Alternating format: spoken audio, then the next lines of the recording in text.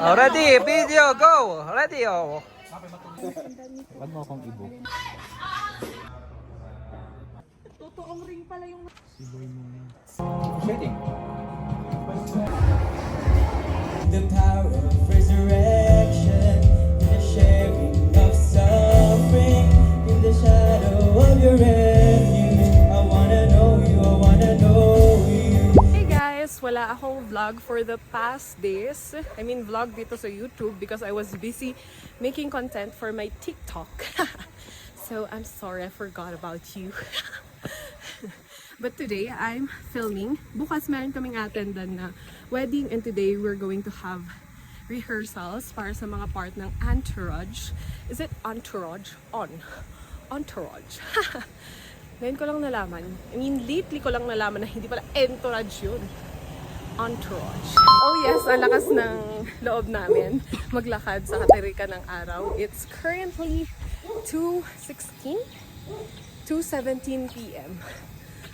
So malapit na kami sa may entrance ng Camp John Hay and yes, pawis na tayo sa mga panahong ito. The weather's so good again today. Meron pa rin namang kalamigan yung hangin pero yung tirik ng araw medyo parang pa-open na siya. Just make sure that may mga dala kayong must-have when you go walking, such as a fan and tissue. Kaya lang yun yung wala kami. Bibili na lang kami ng tissue sa may 7-Eleven dito sa John Hay. And then of course guys, water. You should bring water. Touchdown, John Hay! Touchdown! Still walking, still breathing, but still... But ano? Last Sunday, nung naghahanap kami ng halo-halo, we were planning to go here, pero malayo kasi. But this is their halo-halo rates. May a la carte, may buffet. Camp John Hay on a Friday seems not so crowded to me. Karamdam ko, parang paliyab na yung mukha ko. Sobrang init. But yeah, let's just really appreciate summer. Because pag tag-ulan dito, tag-ulan talaga. This is new here sa Camp John Hay. It's a praying hand. A reminder to pray every day. As you grow, grow. So you will grow? Read your Bible, pray every day, and you will grow. As you grow na. Ano oras? Napakaliit na tayo. I was just joking nang sinabi ko walang tao on a Friday masyado dito. Andun pala silang lahat. And you know what guys? I think Rebel Bakehouse is here inside the Bell Amphitheater. Lahat naman Si boy mo yan. totoong ring pala. Look at those.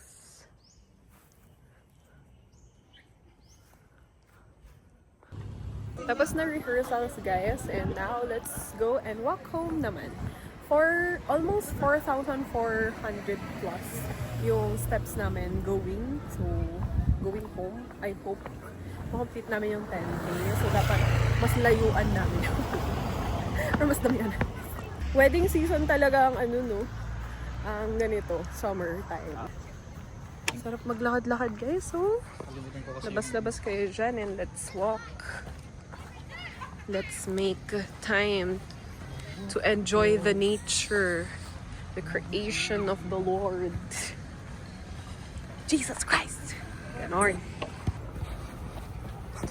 So this time, Punta kami mag-barbecue sa may Scout Barrio. Merong famous barbecue place doon. So, let's go and have some merienda doon. Tagal ko nang hindi na-try yun eh, kasi parang high school pa lang yata nung na-try ko yun. Ang sad guys, it's either ubos na or wala talaga today. But, yeah. So, hanap na lang kami ng ibang may merienda. Yung barbecuehan din doon. Gusto mo din? Sige, try natin. I think to try here sa Starbucks. Starbucks yung pangalan ng store. O, dito.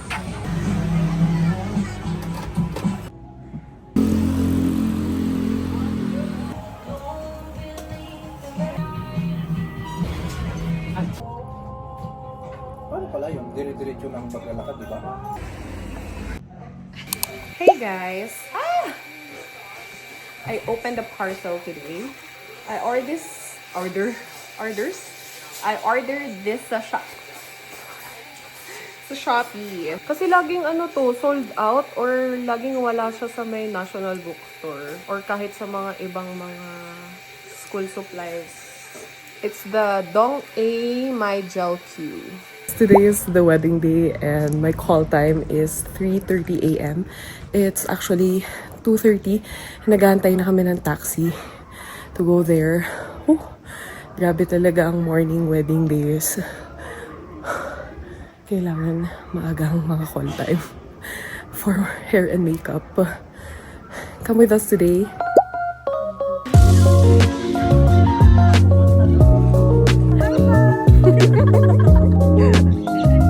Wedding of the century.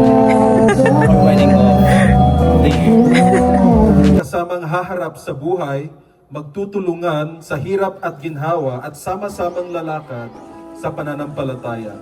Marriage is more than romance or emotion. It is a lifelong covenant marked by faithfulness, sacrifice, grace, and love. Marriage is God's gift where a husband and wife grow together in trust and unity, reflecting the love of Christ for His church.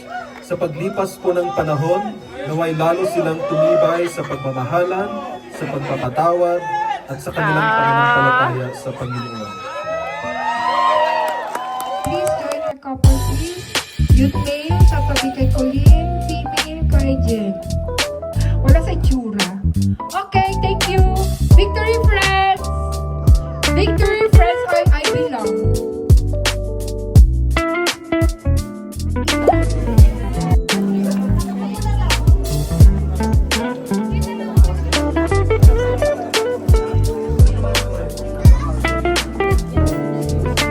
Ay, dito din pala eh. Hello po. Kayo ulit? Ceremony. We're waiting for the reception, guys. We're about to a lot of coffee. Look at the gift they gave. Hindi na ako nakapag-re-apply ng sunscreen. Pero ang pagkain ko itong PM pa rin. Umaaraw na.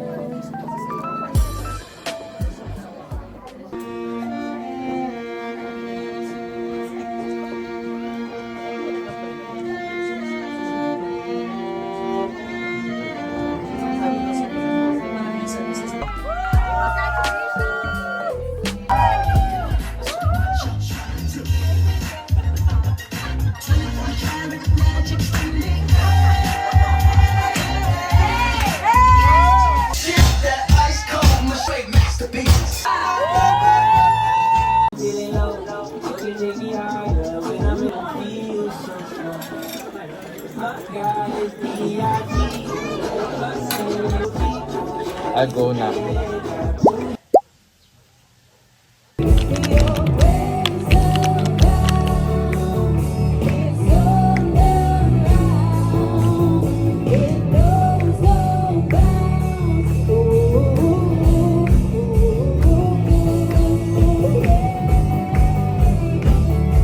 Remember, Israel did not survive in the wilderness because they were strong, because they on their own were powerful and because they were resourceful. They survived because God was faithful. Yun lang yun. That's just the point. Every step in the wilderness was sustained by God. God used difficulty to shape their hearts. Kaya, wag nating i-resent yung wilderness season sa buhay natin. Okay? You know, sometimes we ask, Lord, why is life so hard? Bakit ang taas ng gasolina?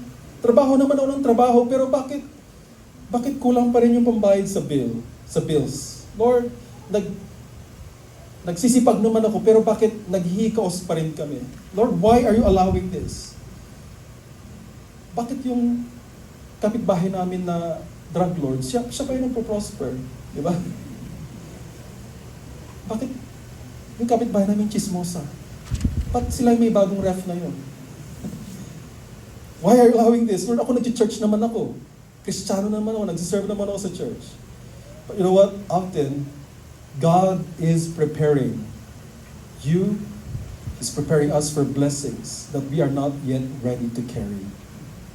You know, the wilderness teaches dependence, it teaches humility and trust and obedience. You know, without those lessons, prosperity can destroy a person. Amen ba? Kung feeling mo kung wala kang pera, ito na yung katapusan ng mundo mo. Kaya feeling mo, napakababa mo na. I mean, money has become your idol. O kaya kung marami ka namang pera, pwedeng tignan mo yung katabi mo habang maraming pera yan. Tignan mo lang sa mukha. Hindi mukhang pera, maraming pera. Di ba minsan pag medyo nakakaangat ka na sa buhay, meron po tayong tendency to look down on people who do not have enough. Maganda yung phone ko. For iPhone 17 Pro Max, 1 terabyte, fully paid. Yung phone ng katabi ko sa jeep, ano lang di keypad pa, 3210. Alam niyo ba yung 3210? Nokia, 3210. Di ba minsan sa estado ng buhay natin, inaangat natin yung sarili natin. We may not admit it, but deep inside, possessions have become your source of security, identity, or sense of worth. And that means they have become your idols. Comfort, status, even yourself. Whatever controls our affection, trust, and devotion becomes our functional God. That is why Moses connects forgetfulness with idolatry. And he warns Israel that if they follow the same path as the pagan nations, they will experience the same judgment. They will perish. I don't deserve this, only you make me worthy. So I keep reaching over for you. There's no treasures or trophies to compare with your glory. So I keep reaching over for you. Look at that gigantic, humongous Dongatsu. Okay ka ba dyan sa iyong... That's right. First meal of the day and last meal of the day.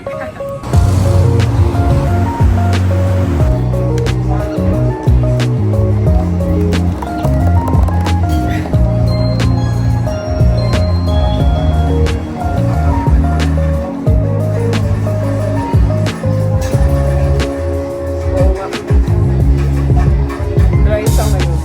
Katulad ng last. Pero masapin. It still feels sleepy after yesterday's puyatan moments dahil sa wedding. Pero nakakaano talaga mag-attend sa weddings. You will be reminded of why people should get married or why people get married. I don't think gumana yung Dubai Tea cookie para sa pang-energize ng ating well-being. Ay, ilan ba dapat? Apat.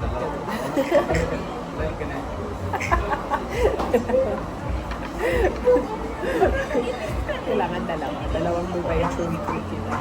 Ingay mo. Hindi mo maririnig sabay. Pag nag-a-attend ng wedding, maalala mo talaga yung vows mo, yung reason niya for being married, the covenant that you have with the Lord. Slay, beach bag. Ano ba na? Beach? Hindi beach. This small piece. Ano ang weird ng shape niya?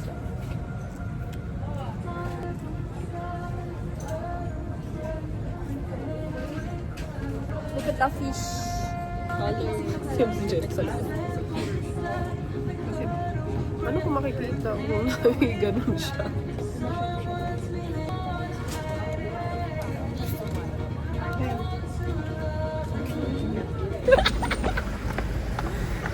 Guys, ang bastos niya kasi tinawanan niya yung mata na ano.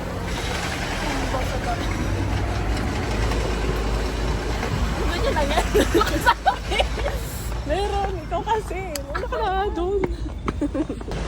That's it for this week's vlog, guys. Thank you for watching. Bye!